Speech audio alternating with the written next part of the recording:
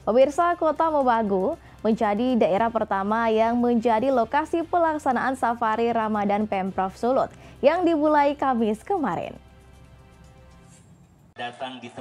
Bertempat di lapangan Molino, Kota Mobagu Barat, Pemprov Sulut mengawali rangkaian safari Ramadan yang dihadiri Wakil Gubernur Sulawesi Utara Stephen Kando.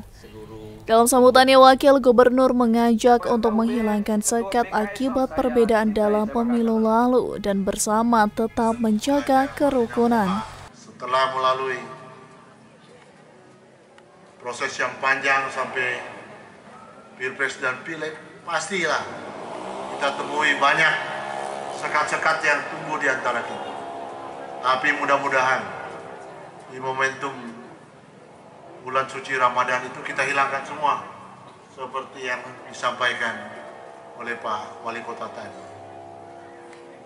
Keunggulan komparatif advantage-nya Sulawesi Utara, kita kemarin saya sampaikan, kita tidak seperti provinsi-provinsi lain yang punya resource alam yang luar biasa besar.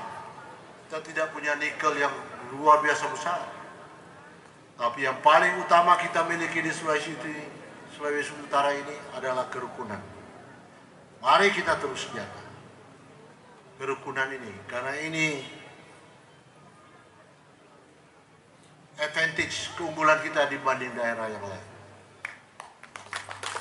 Dan saya jujur sampaikan, Kota Mobagu selama itu adalah menjadi role model juga untuk kerukunan di Sulawesi Utara, bahkan di Indonesia. Safari Ramadan ini dirangkaikan dengan pemberian BPJS dalam program Perkasa Pemprov Sulut serta penyerahan bantuan pangan kepada sejumlah warga. Dari Kota Mobagu, tim liputan Kawanua TV melaporkan.